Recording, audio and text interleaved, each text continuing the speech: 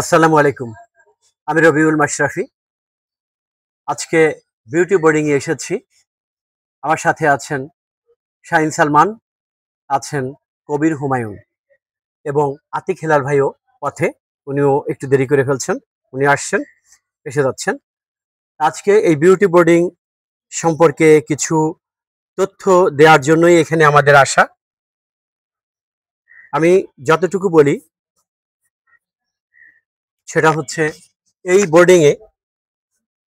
বোর্ডিংটা কখন হলো, তার আগের যে ইতিহাস। দুই ভাই ছিলেন, একজন হচ্ছে প্রহ্লাদ চন্দ্র সাহা এবং আরেক ভাই নলিনী মোহন সাহা। তারা 1949 সালে এই নলিনী মোহন সাহার বড় মেয়ে বিউটি, তার নামে এই বিউটি বোর্ডিংটা তৈরি করেন। তারও আগে এই বাড়িটা ছিল। এই হচ্ছে আরেক ভাই শহীদ প্রহ্লাদ চন্দ্র সাহা, যিনি এটার স্বত্বাধিকারী বিউটি বোর্ডিং এর। 1971 সালের 28শে মার্চ পাকিস্তানি সৈন্যরা প্রহ্লাদ চন্দ্র সাহা, তার ম্যানেজার এবং বোর্ডার সহ 17 জনকে গুলি করে হত্যা করে। তাদের সকলের প্রতি শ্রদ্ধাঞ্জলি বিউটি বোর্ডিং এর পক্ষ থেকে।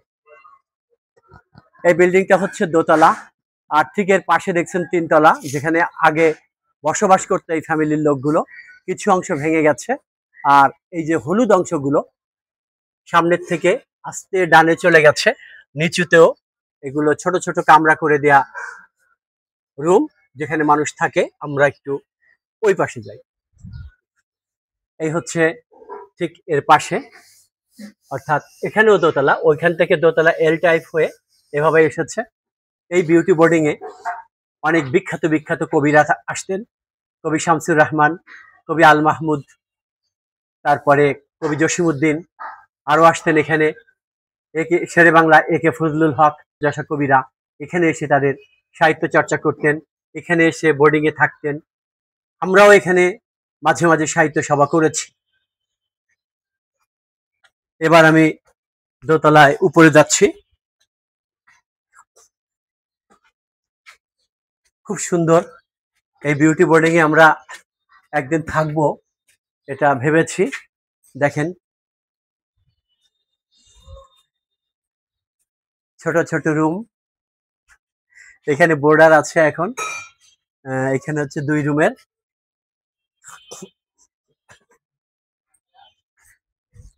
কোনো খালি রুম দেখি না।